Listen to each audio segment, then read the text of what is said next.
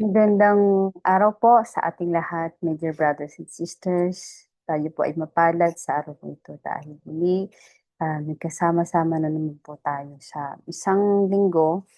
Sa araw na ito ay March 15, 2026. Amen. So bago po tayo magsimula, hayaan niyo po, samahan niyo po ako sa panalangin. Aming Diyos sa makapangyarihan sa lahat, pinupuri ka namin at pinasasalamatan sa araw na ito. Salamat po Lord sa biyaya ng buhay, salamat po sa kalusugan, salamat po Lord God na kami ay patuloy mong iningatan sa buong linggo. Salamat po sa kalakasan ng aming pangatawan.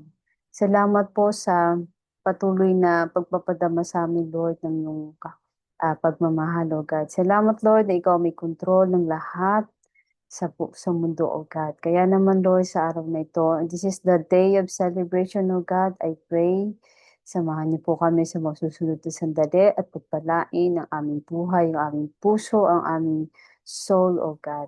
And we pray, Lord God, sa aming mga kapatid na nawa sa araw na ito ay makasama din namin at hindi pa namin nakasama, O God, ay maging matatag po sa bawat sitwasyon ng buhay. Lord, pinagkakatiwala po namin sa iyo ang mga susunod na sandali. In the name of Jesus we pray. Amen. Po. A blessed Sunday po muli sa ating lahat.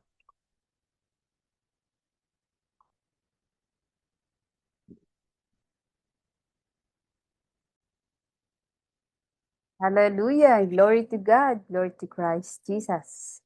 So, sa mga sandaling ito, hayaan niyo po na i-share ko sa inyo ang isa sa mga PowerPoint na ginawa ko para mas maging maayos po o malinaw yung ating pag-share ngayong araw nito. Amen. Hari na kung mapapansin po natin, sabi nga, prayer, ang topic po natin ngayon ay prayer in the Book of Psalms. Sino po dito ang familiar sa Book of Psalms? Okay, sa Book of Psalms, ito po ay dati ang pagdarasal ng mga Psalms o kaya ng mga awit ay isang bagay na ginagawa ng lahat ng Christian araw-araw. Ginagawa ito in private at naging sa church. So ang bawat isa ay natutong mag-pray, manalangin mula sa mga psalms at sa process ay naunawaan yung anatomy of song. Sa gaya ng tinatawag na isang manunulat na si John Calvin. So ngunit ang pagdarasal o ang pagpipray nitong psalms ay nawawalang disiplina na ngayon. Bihira ng gamitin, bihira ng basahin, bihira ng dasalin or kantahin ito sa church.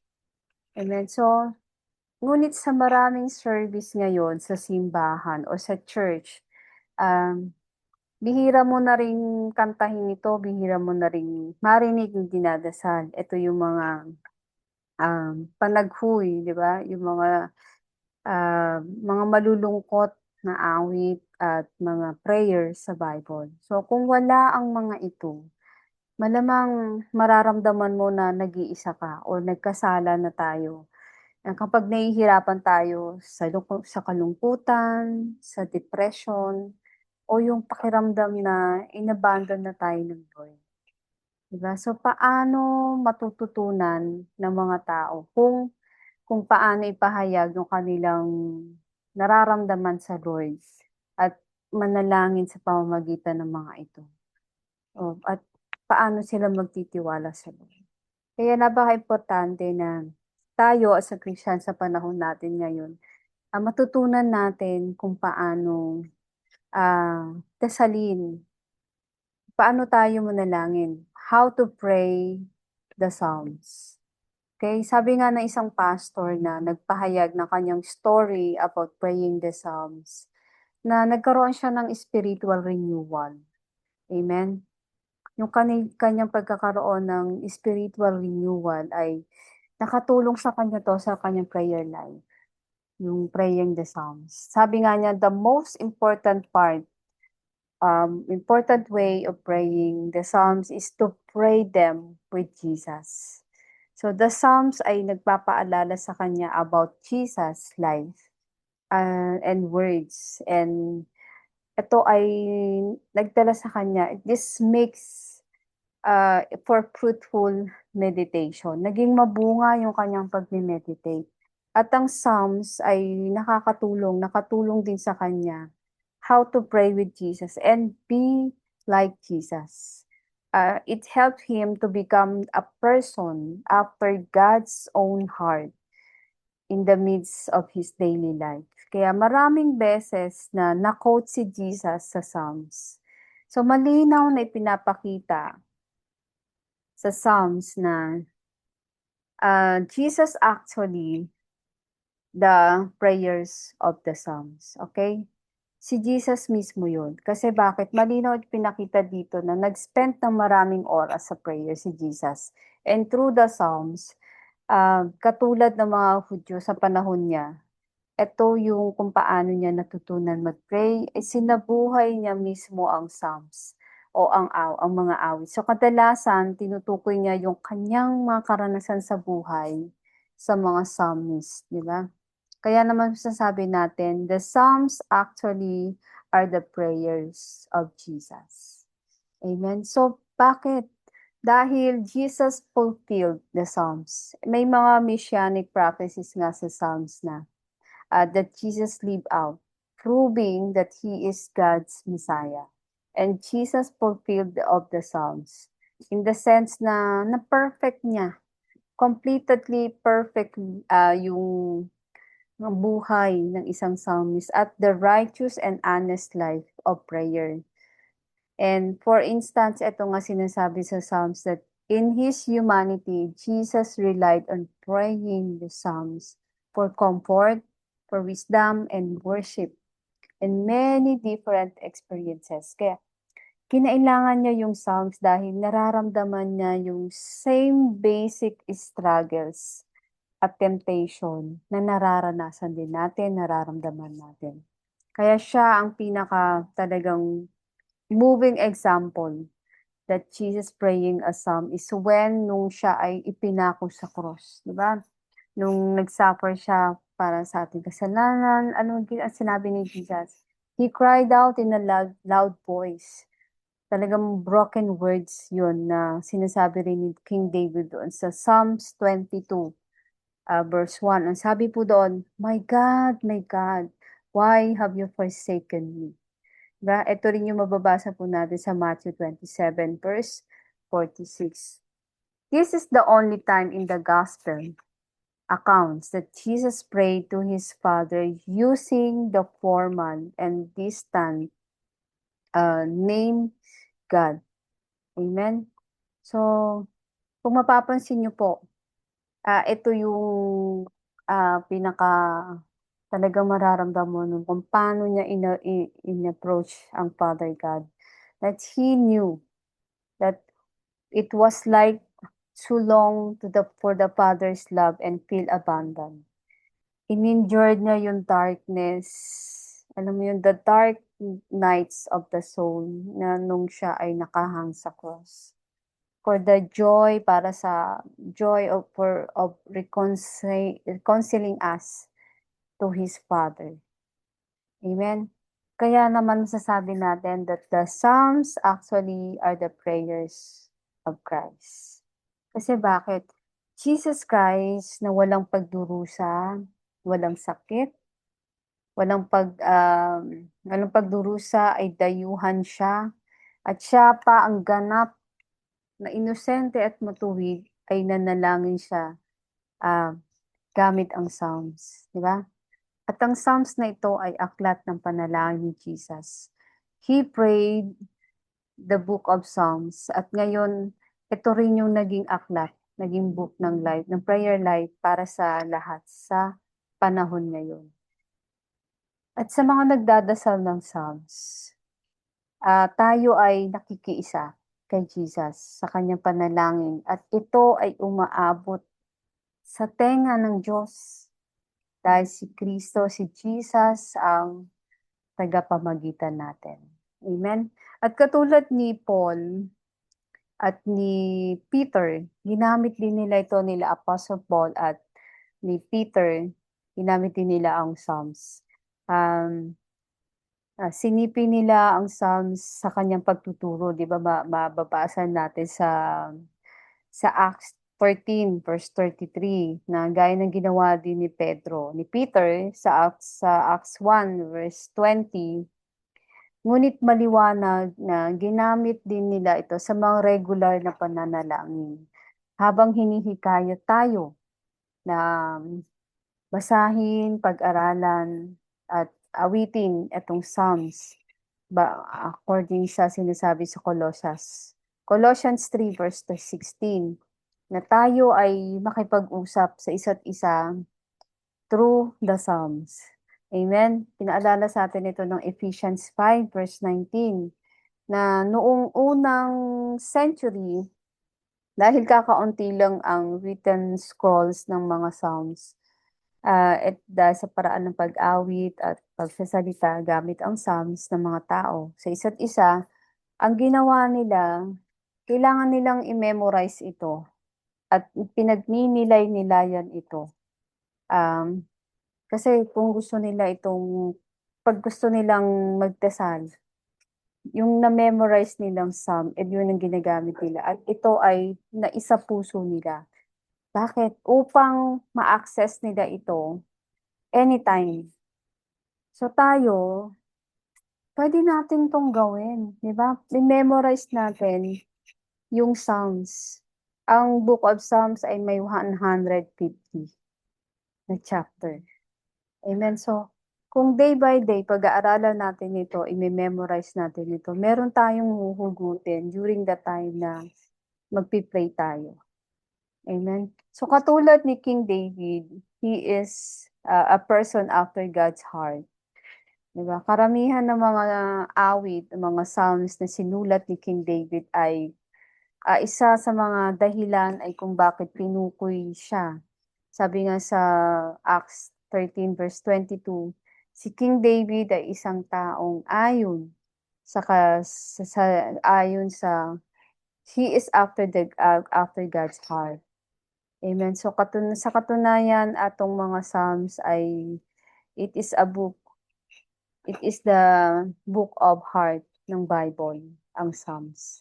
Dahil ang mga ito ay nagpapahayag ng damdamin, ng tapat at may paggalang. Kaya every time na binabasa natin ang Book of Psalms, ako kasi every time na binabasa ko ang Book of Psalms, alam mo yung heart ko, nagkakaroon ng change.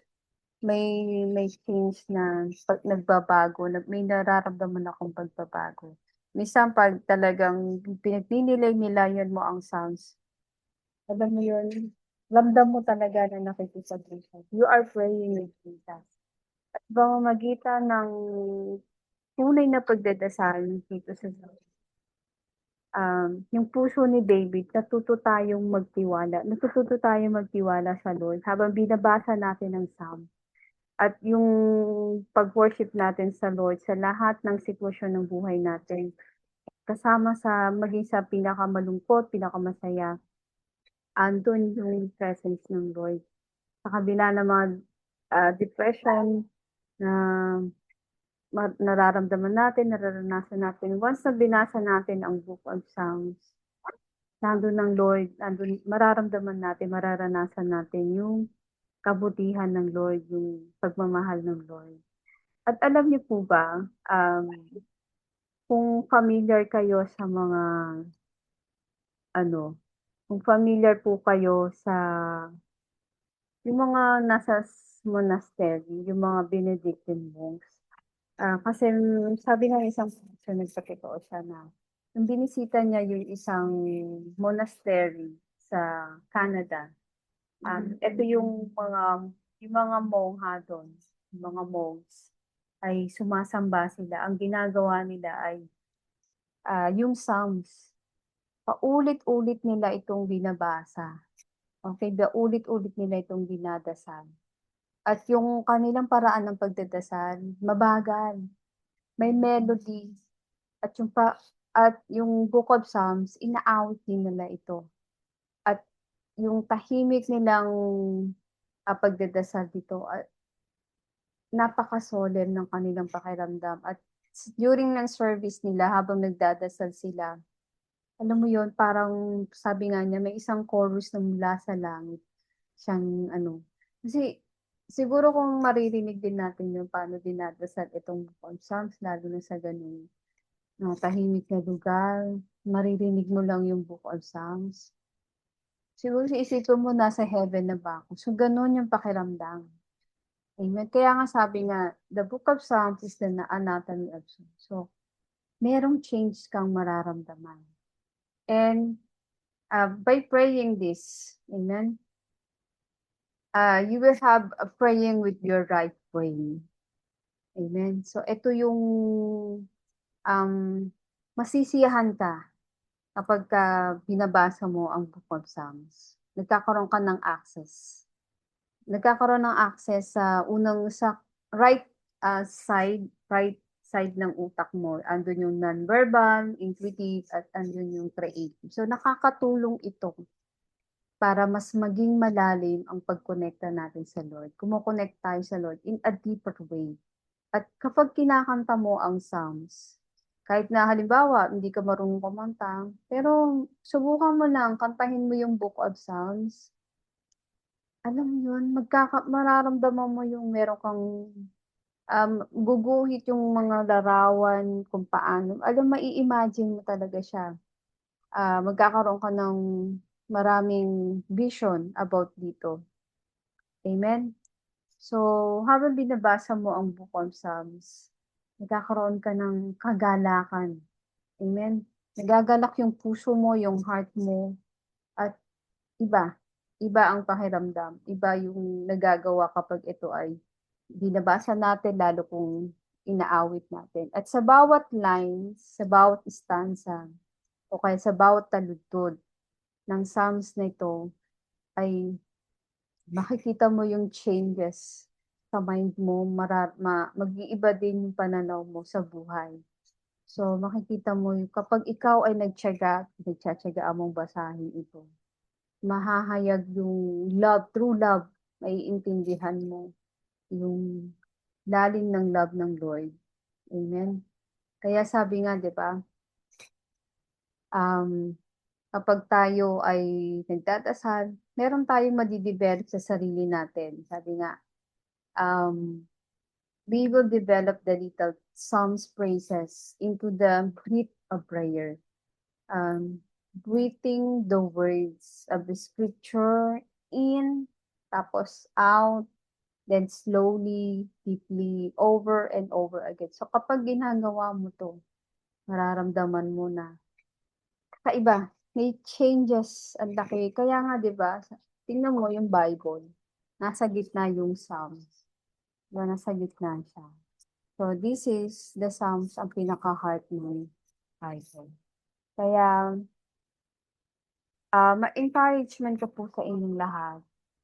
Magkaroon tayo ng una, nakikita niyo po dito, writing your own Psalms. Paano nga ba yung writing your own Psalms? So, una magagawa ka ng journal. Kailangan mo magkaroon ng personal prayer using the ng pattern of honest faith na minomodel ng psalmist, ng mga psalmist models nito. At for instance, sabi nga itong laments na to, the psalmist usually begins by, sinimulan niya by venting his troubles at mga complaints, di ba? In the end, looking to God and putting trust in His goodness. So, ang pinaka paborito, sa palagay ko magiging paborito niyo itong prayer poem na to is kung magkakaroon ka ng, meron kang magiging pinaka-paborito habang ito ay binabasa mo, dinadasal mo. So, you need to write your own songs. At ano pa, kailangan you need to follow the patterns of the psalm. Kasi sa sinuunang pattern, sunod-sunod itong dinadasal, itong psalms na to. So matututunan mo, like sa iba, binabasa mo yung psalms 150 kasi ito, eh, 'di ba? So, pwede mong gawin,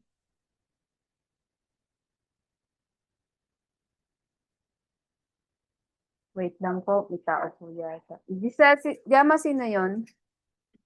Daddy?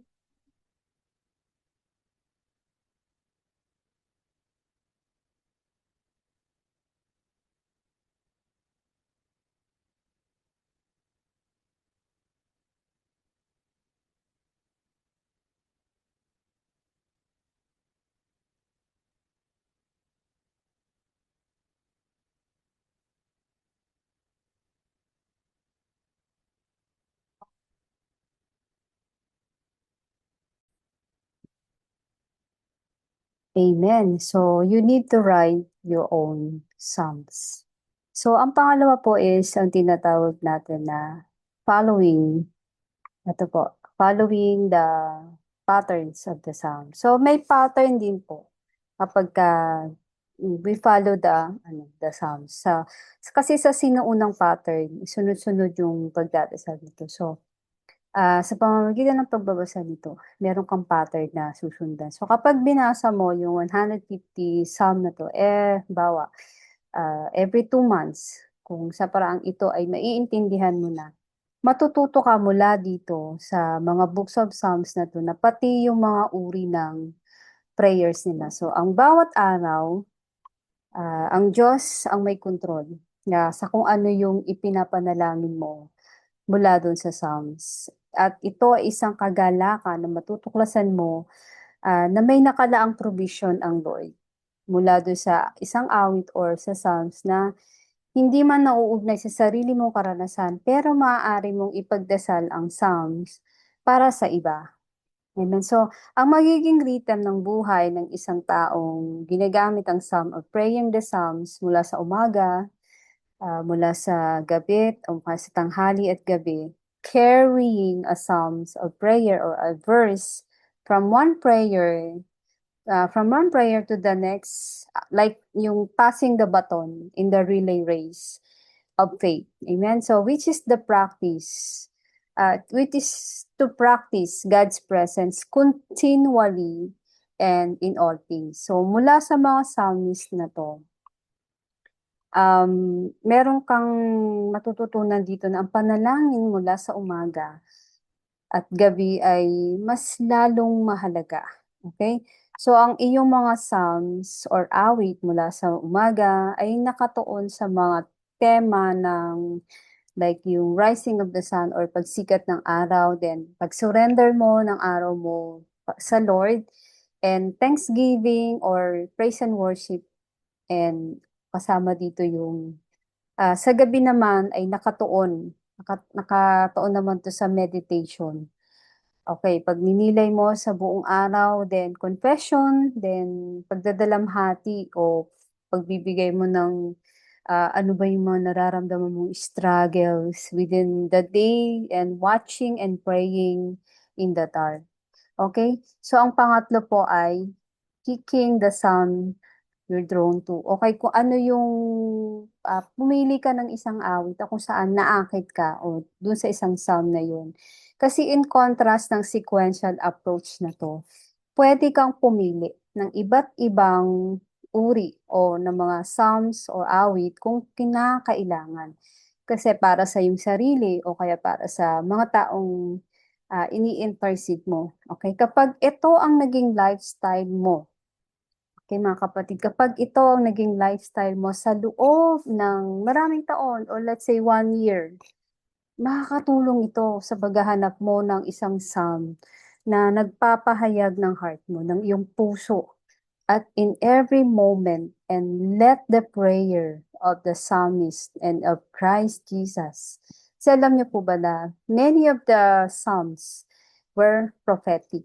Amen. Prophetic of Christ, and each psalm, Jesus is already there praying. Kaya itong psalm na to will become your prayer. At makikita mo na makakatulong ito para ikaw ay lumago sa iyong prayer life. Ba? Kasi makakatulong din yung pagme-memorize mo ng isang psalm para ito ay maging ano siya, katulad ng isang pocket lighter na madali mo lang, kung kinakailangan mo pa, 'di ba ang pocket lighter, isang pindot mo lang magsisindi na siya. So ganun din, makakatulong ang pagme-memorize mo ng isang psalm upang ito ay pasiglahin. Ito yung magbibigay ng sigla sa heart mo, sa prayer life mo. Any day, any time of the day. Kaya naman, ah, may gusto akong i-share sa inyo na itong mga psalms na to ay para sa lahat ng uri ng sitwasyon, ng damdamin mo, ng needs mo, o kaya ng emotion. Okay? And every situation needs an emotion. Magagamit natin ito. At ang isi-share ko sa inyo ay itong mga types o uri ng mga psalms. So makikita nyo dyan, maaring makatulong ito sa inyong personal life, personal prayer.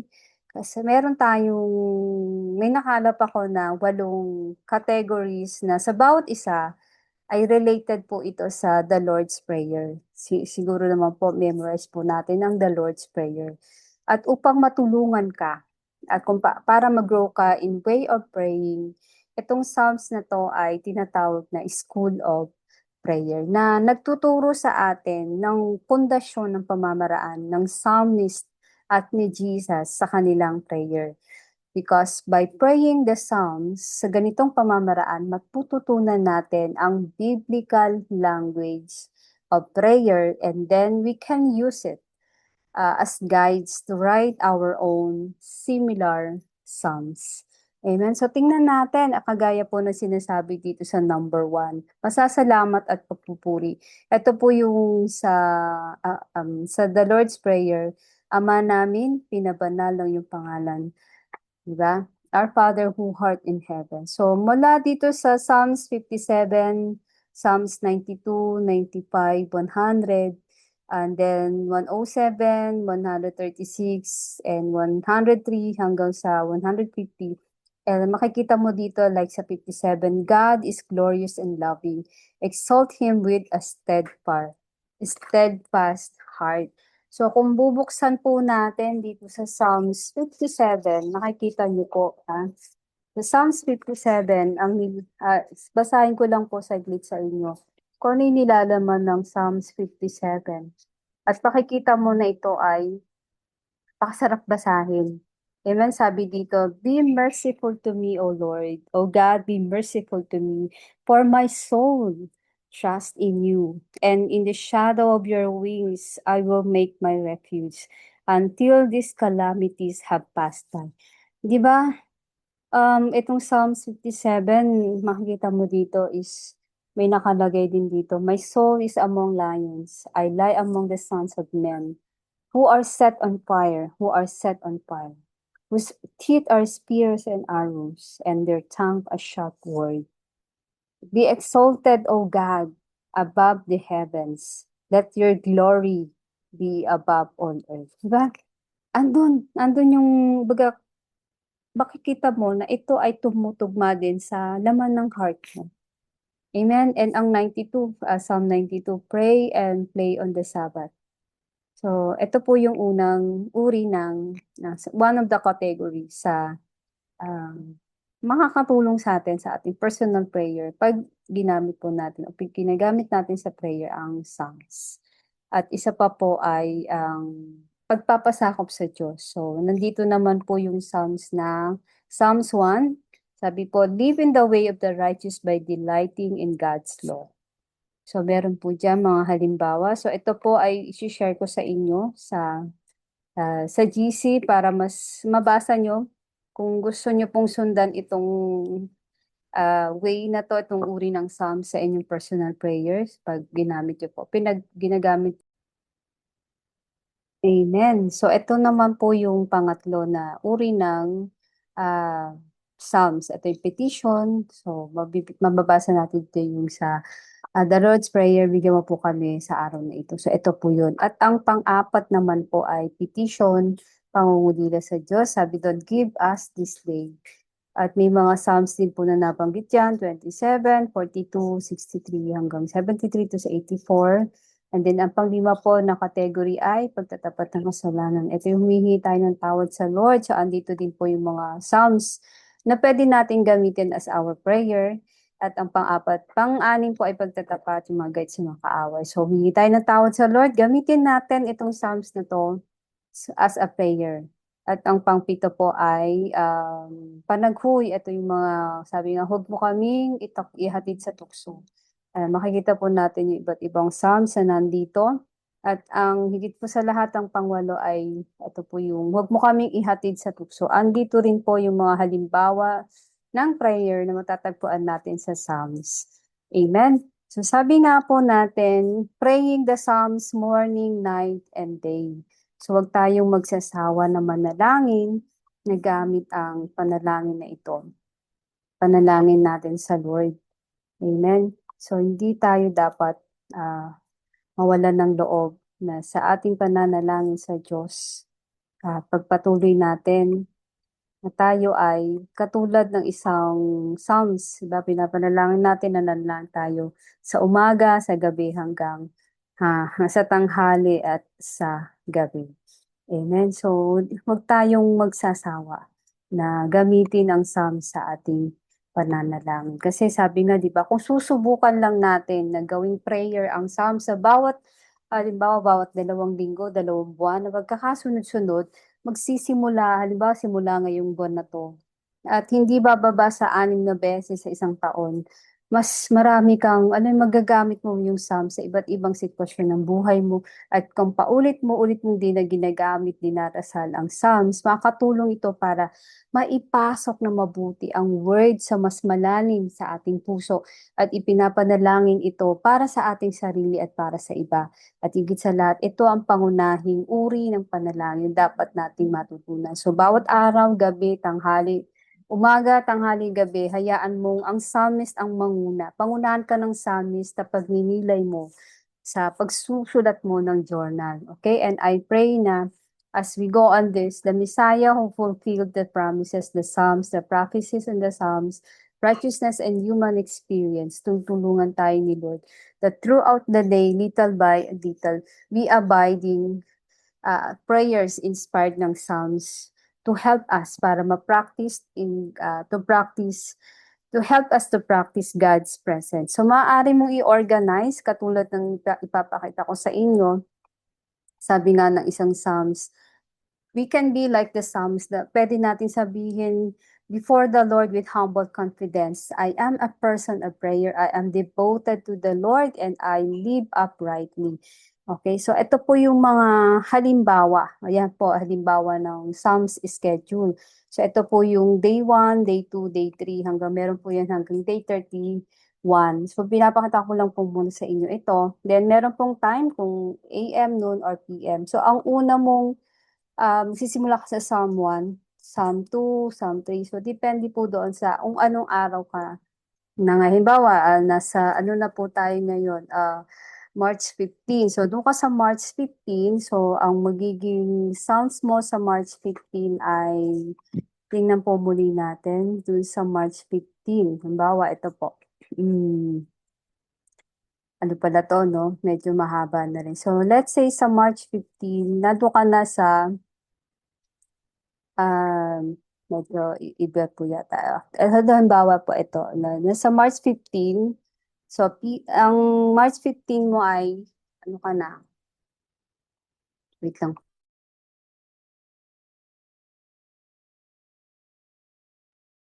Ang nasa March 15, ang Psalms na babasahin mo na ay Psalms 33,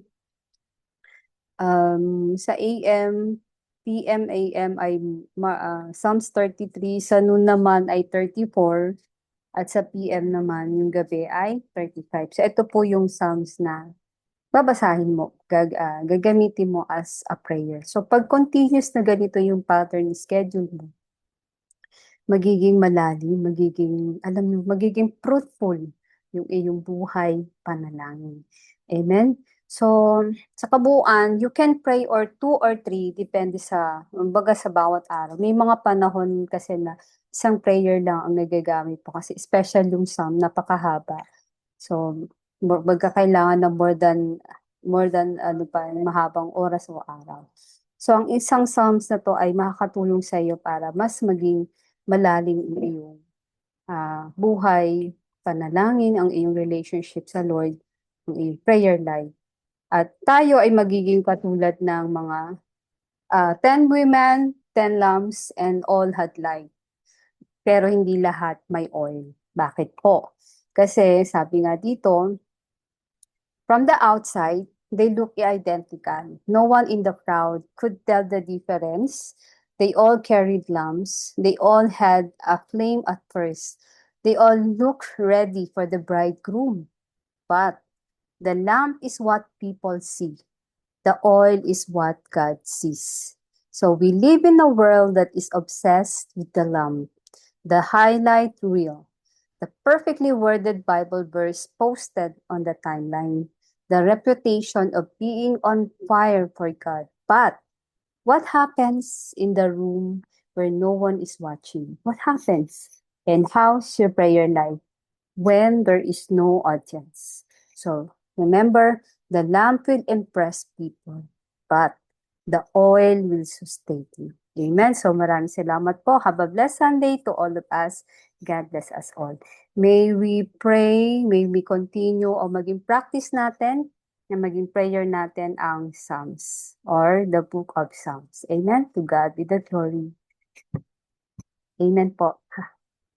God bless po sa ating lahat.